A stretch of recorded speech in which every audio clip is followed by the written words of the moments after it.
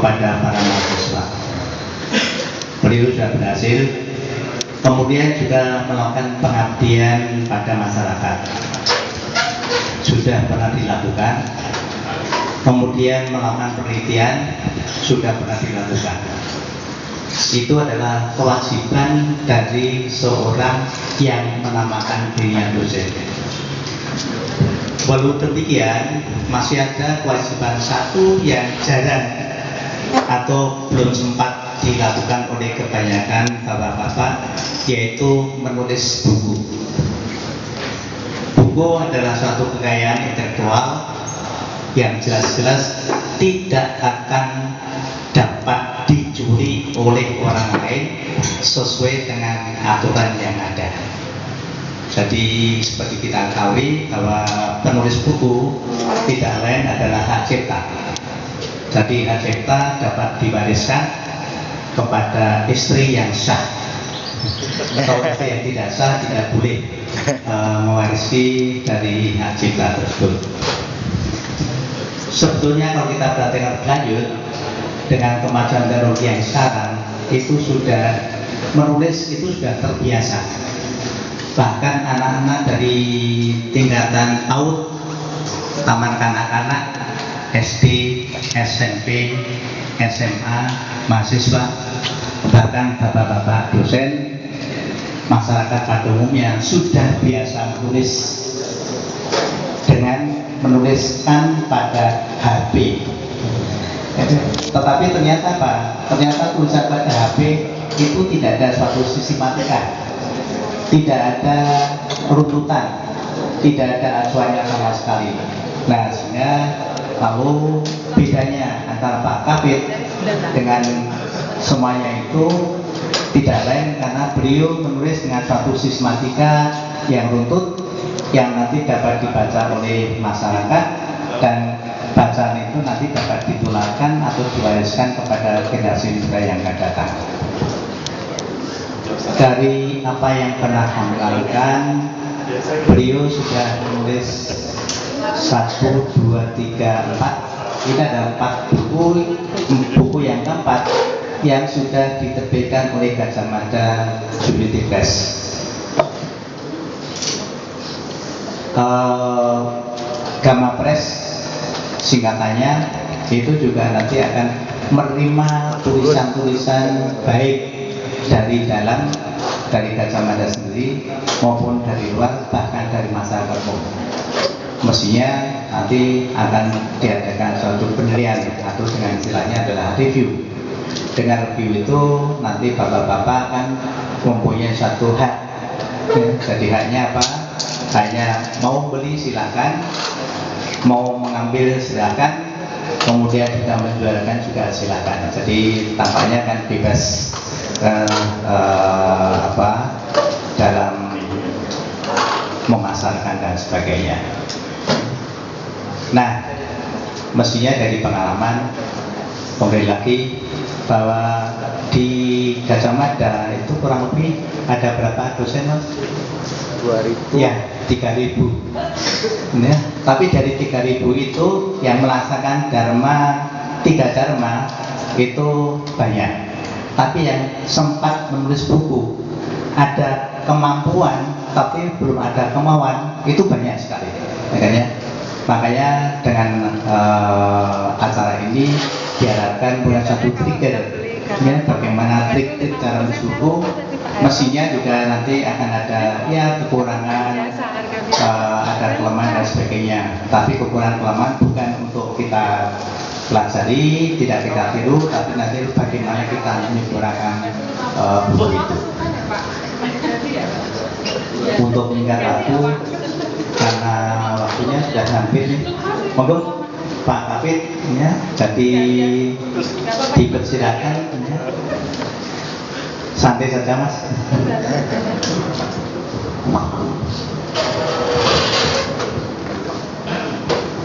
Bismillahirrahmanirrahim. Assalamualaikum warahmatullahi wabarakatuh. Ibu dan bapak sekalian, sangat berbahagia hari ini alhamdulillah ucapkan kepada Allah SWT karena kesempatan silaturahim semacam ini saya kira jarang, dan pada Gamapres saya appreciate untuk memberi kesempatan pertama kepada saya. Tadi sudah sampaikan, saya menulis buku yang diterbitkan Gamapres ada 4. Seluruh buku yang saya tulis ada 11 yang diterbitkan oleh banyak penerbit dan juga banyak lembaga yang mau menerbitkan. Ada satu buku yang saat ini sudah diminta oleh LH untuk diterbitkan, yaitu metodologi analisis dampak lingkungan. Jadi ada satu buku yang saya berharap 2013 ini juga terbit.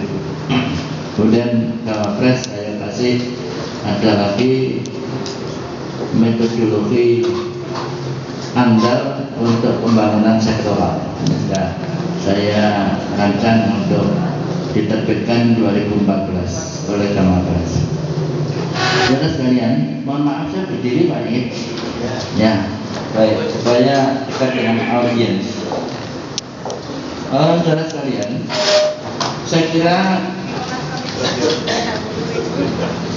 saya omong dengan orang tentang buku saya.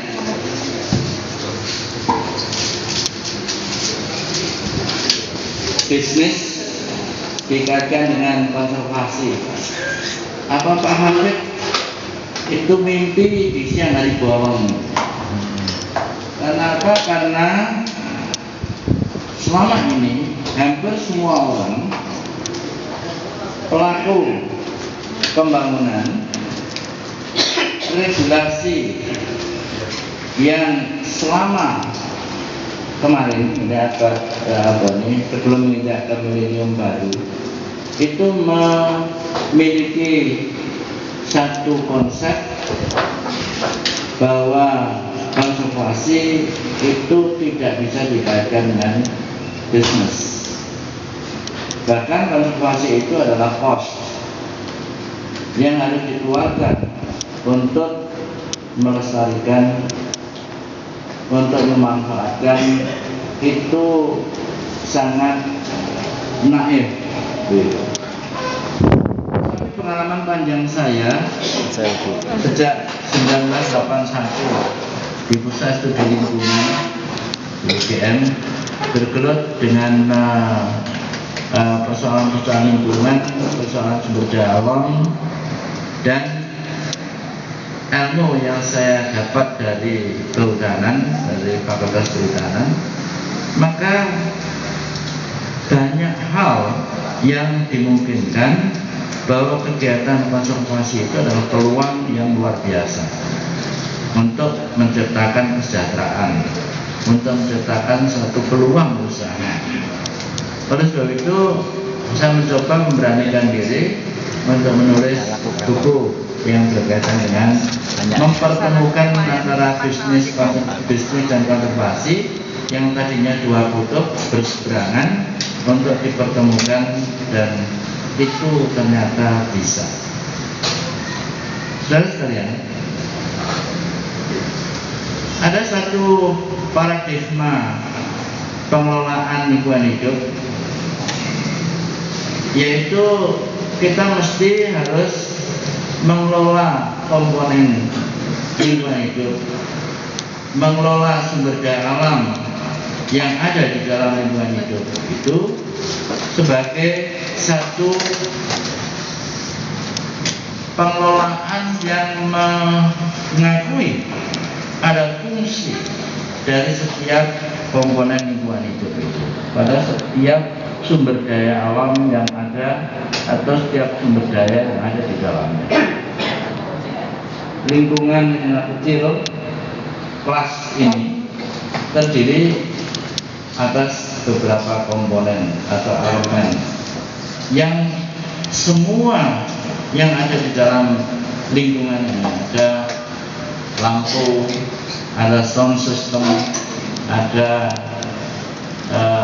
kursi, ada kipas angin. Kita harus berpikir bahwa itu ada fungsi masing-masing, dan fungsi masing-masing itu bersama-sama untuk menciptakan satu sistem fungsi yang lebih besar. Ini yang harus kita pahamkan.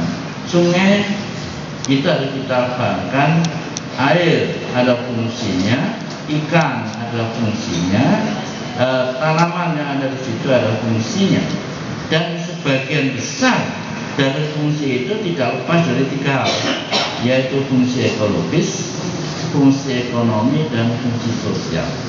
Itu yang harus dipahami. Kemudian yang lain bahwa apa saja di dalam lingkungan hidup itu komponennya itu harus dianggap sebagai resources, sebagai sumber daya yang dapat dimanfaatkan. Saya dulu pernah membuat tanda petik sel studi evaluasi lingkungan Gama Press ini pada tahun berapa saya lupa. Itu pada saat itu ada persoalan bagaimana membuat IPAL dari limbah cair yang ada di situ. Salah satu pemikirannya adalah bahwa limbah cair itu jangan dimusuhi, bahwa itu adalah resources yang itu dapat dipergunakan untuk kepentingan yang lain yang barangkali sekarang belum kita ketahui. Itu yang harus kita pahamkan. Jadi kalau ada pendekatan bahwa itu limbah adalah musuh atau limbah itu pencemar, itu tidak, karena kita tidak paham. Karena kita harus ingat pada hukum entropi bahwa energi itu tidak akan hilang.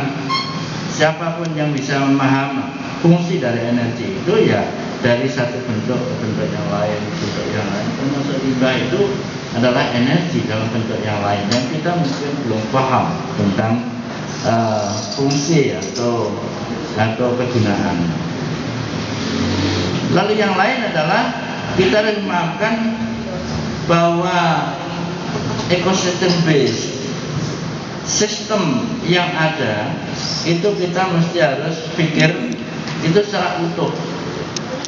Jadi kalau kita melakukan sesuatu itu harus selain melihat dari komponennya, tetapi kita juga harus melihat secara keseluruhannya. Karena kita tahu bahwa sistem ruangan ini tidak lepas dari sistem ruangan yang besar, yaitu kompleks fakultas teknik dan lingkungan ini, dan ada sistem lebih besar lagi yaitu kampus UGM, dan ada lebih besar lagi Kabupaten Sleman, ada lebih besar lagi Pulau Jawa, lebih besar lagi Indonesia, lebih besar lagi global atau dunia. Jadi kita mesti harus berpikir secara utuh, di samping kita juga melihat item atau elemen atau komponen-komponennya, karena masing-masing punya fungsi. Kemudian saya berpikir antara lain adalah satu hal yang sangat penting untuk kita pahamkan adalah dasar-dasar atau landasan landscape. Karena landscape lah yang menjamin